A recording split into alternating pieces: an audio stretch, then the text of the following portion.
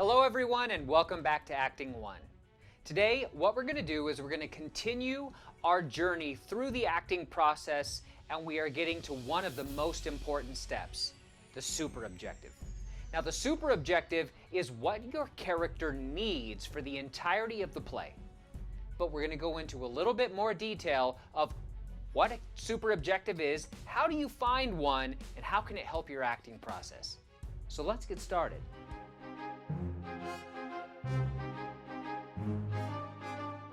Have you ever heard an actor go, "What's my motivation?" Well, the super objective is that motivation. What you're doing is you are boiling down or distilling your character into one word. What is the thing that they need to survive? Because a play is not about an entire regular life of a person. A play is about the most important day of that person's life. I want you to think of the character as being on a timeline, right? And let's say the play takes place over 3 days. We're not watching the full 3 days of this character's life because that would be boring. What we're doing is we're watching the most important parts, and that would be your scene, right? The most important parts of the most important 3 days of that character's life.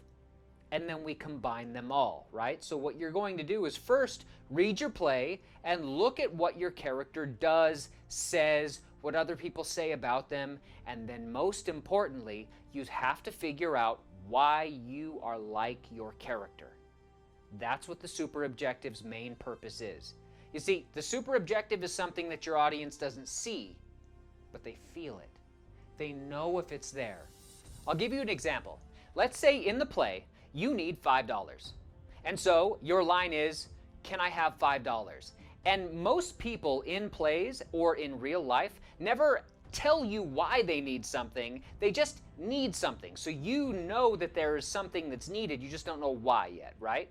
But if you need that $5 to feed yourself, to go to the store and buy something to eat, versus if you need that $5 to get gas to go see a dying family member, and that's your only way to get to your family member. Do you see, when you ask for the $5, it's going to be totally different. The audience, all they see is you asking for the $5, but they'll feel how important the $5 is to you because the consequences of not getting it are so much different. That's what you do when you're looking for your super objective. You're finding something that the character needs, and you're trying to understand why. And you're trying to make it as deep as possible, make that need as strong as possible. It can't be a want, it needs to be a need. Something you have to survive. It needs to be that important, because if it is, you'll fight for it. And you're not going to take no for an answer.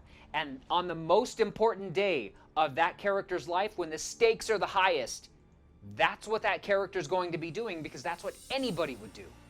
And so your job is to figure out how and why you can connect your world with the characters.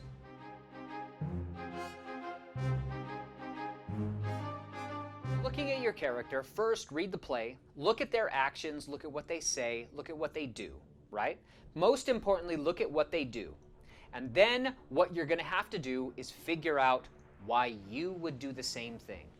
You need to write down the given circumstances of that character so that you can help understand the world that they're living in, the world that they grew up in. And then you got to see if you can figure out how your life can connect with this other character's. Now, you'll remember in the imagination exercise, we picked an object and we had you connect to it. Well, you're going to be doing the same thing, but with your character now, and with the character's soul. So what you're going to do is figure out what would make you do the same things that your character is, right? That your character is doing. Because your character's over here and you're here. And your job is to figure out what you have in common with your character and amplify those things, and figure out what you don't have in common with them, and then turn those down or kind of diminish them so that the audience can't see them. And then you're giving your character your best shot at understanding who they are as a person and really giving them a voice.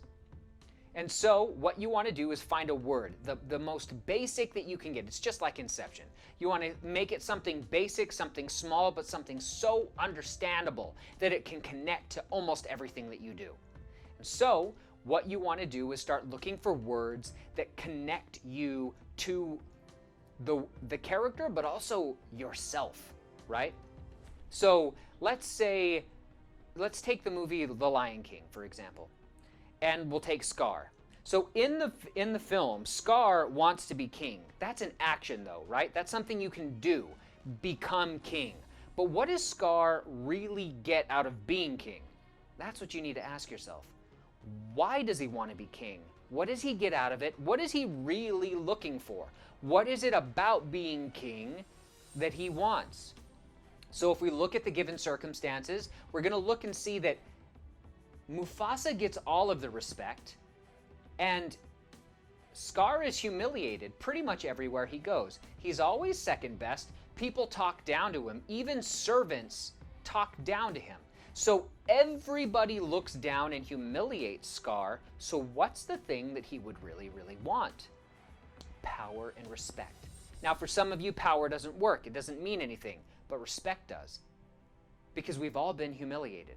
We've all been in a position where somebody made fun of us or made us feel not worthy. Well, imagine your entire life being that. And now imagine how you would feel about the people who were around you. And once you understand that it's not about being king. It's about the respect. It's about the power that comes with that.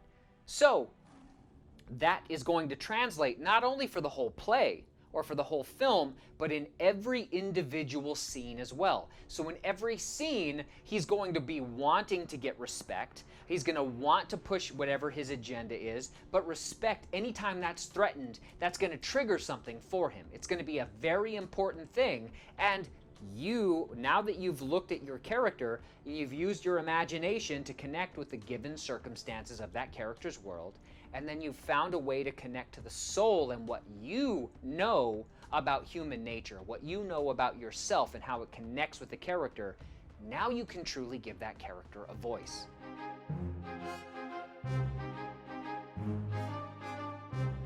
The super objective is what your character wants for the entire play. The objective is what your character wants in that specific scene, or what they need. We always want to go with the need as opposed to the want, right? But what does your character need in this scene? Well, what they need in this scene may not directly result in their main super objective, but it's going to help them get there. See, the super objective is your major goal, the thing that I ultimately want. But in this specific scene, maybe it's something a little different. See, if what I want is love, if that's really the base, because I'm afraid of being alone, right? So what I want is companionship, safety, love, whichever word really makes your stomach burn and you understand the most. Whatever that is, once you find that, then you can understand what that character wants in that specific scene. So if it's a love story. Whenever I'm around, I just can't get my stuff right. I saw that going differently in my mind. He needs to grow up in order to get the love interest at the end. He jumped on the car. Why? Because that's what people do. They leap and hope to God they can fly.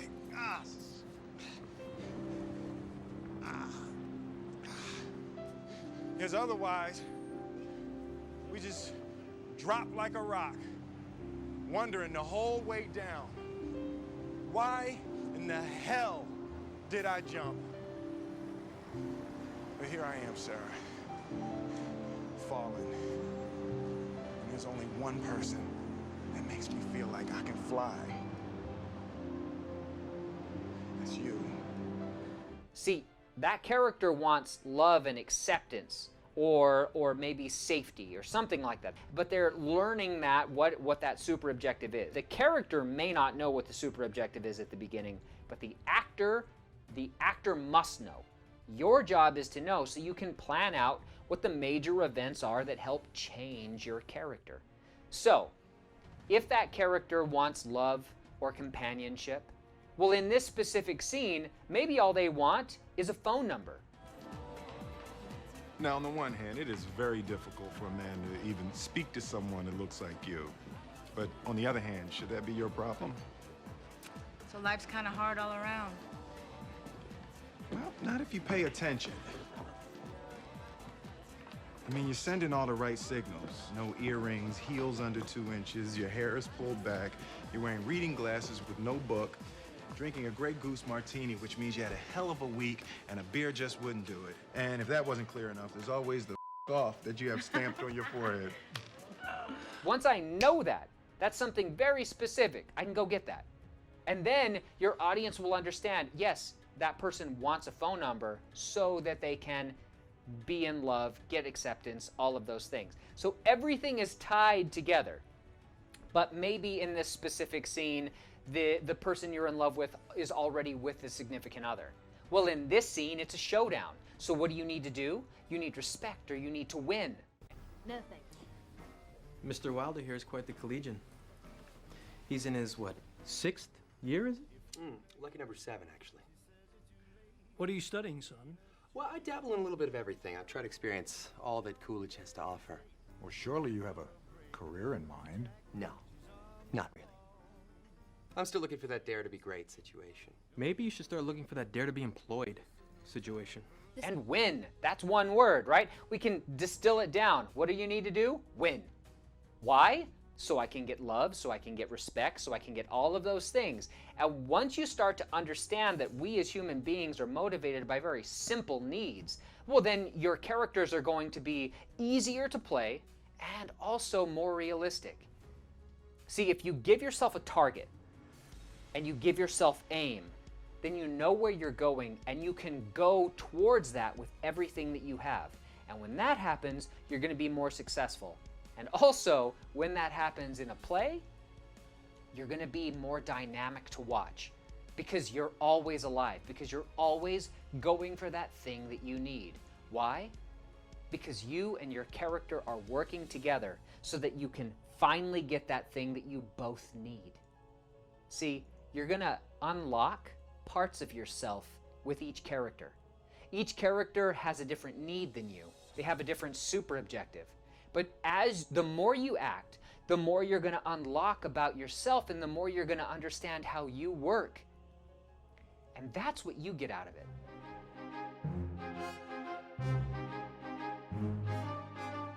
Now we're going to get to your assignment. For your first assignment, what I want you to do is write down what your super objective is. This is going to be hard. It's going to require you to really look at your life. But I'm telling you right now, there is going to be no more important assignment that you will ever do in any other class, period, than this one right here. Because this is all about you figuring out why you work. What makes you do what you want. It's going to help give you aim for your future goals. And it's going to make sure you don't waste your life chasing a dream you don't actually want.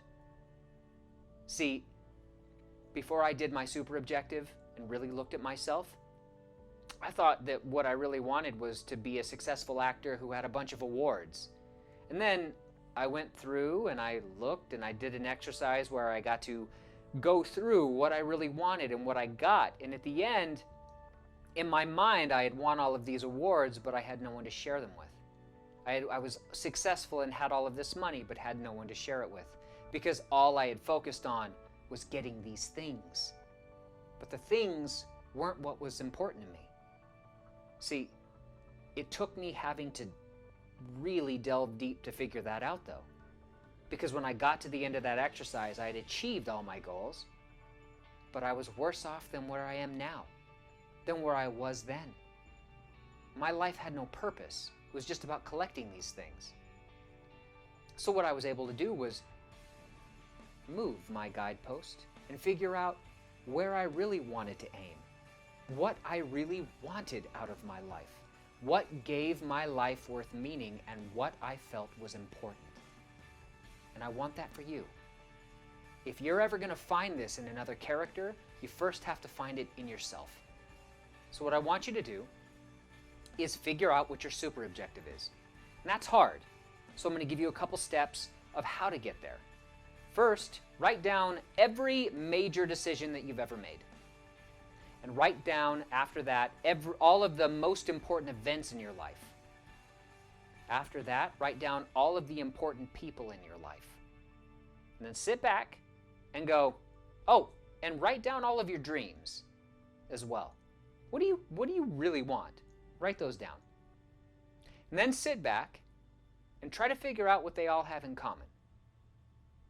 And if that doesn't work, what I want you to do is write down, what are you afraid of losing? Ask yourself that question. If I lost, what am I most afraid of losing? What's my biggest fear? Because usually the opposite of that, that's your super objective. So what is it that if you lost today, life would not be worth living? And maybe it's a family member. Well, if that's the case, I want you to ask yourself, what does that family member give you? Because sometimes people are unfortunate enough to lose a family member. And that's a tragedy I hope you never feel. But those people who lose that family member still find a way to keep going.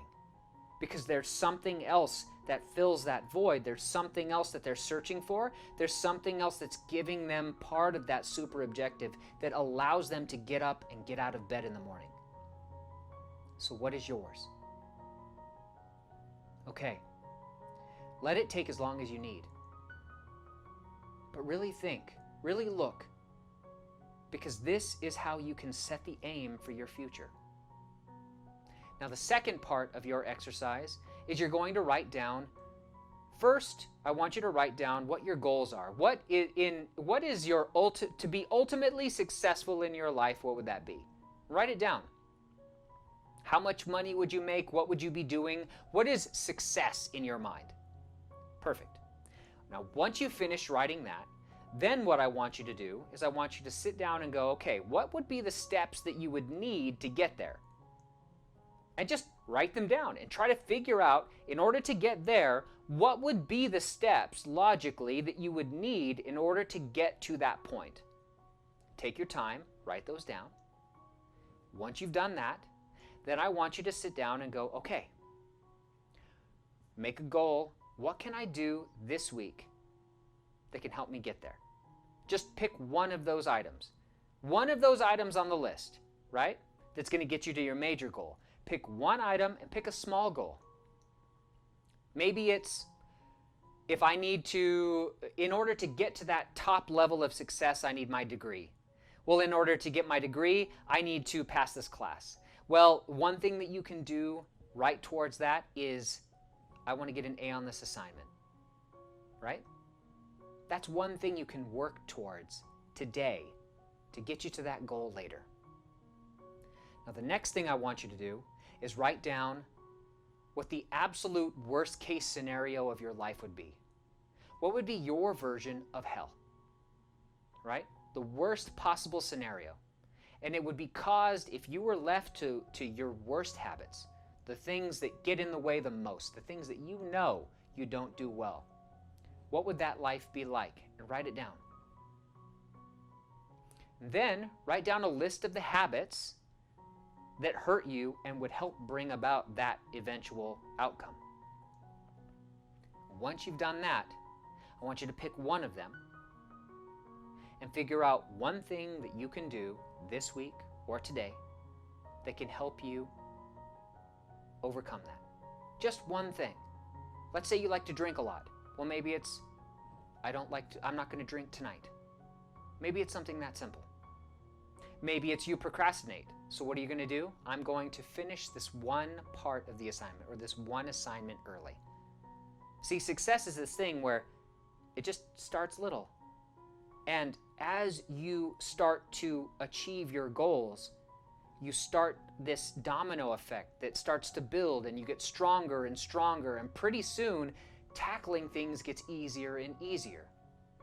That's why theater is so important. We're constantly setting these big, scary goals in front of us, and we give ourselves a deadline, and the whole universe is working against us. And in the end, you still do it. You accomplish something amazing. You change people's lives. You unlock parts of yourself. And with each success, your self-confidence grows. your command of your life, of your universe, grows. That's why this exercise is the most important exercise that you're going to have, that you're going to do. So make sure you give it the time it needs. All right. You're going to upload your written responses to that. No one's going to see them but me. I'm just going to check and see that you did them. The only one who's going to know if you did a really good job is you. Don't cheat yourself. All right, everyone. I look forward to hearing your responses, and I'll see you soon.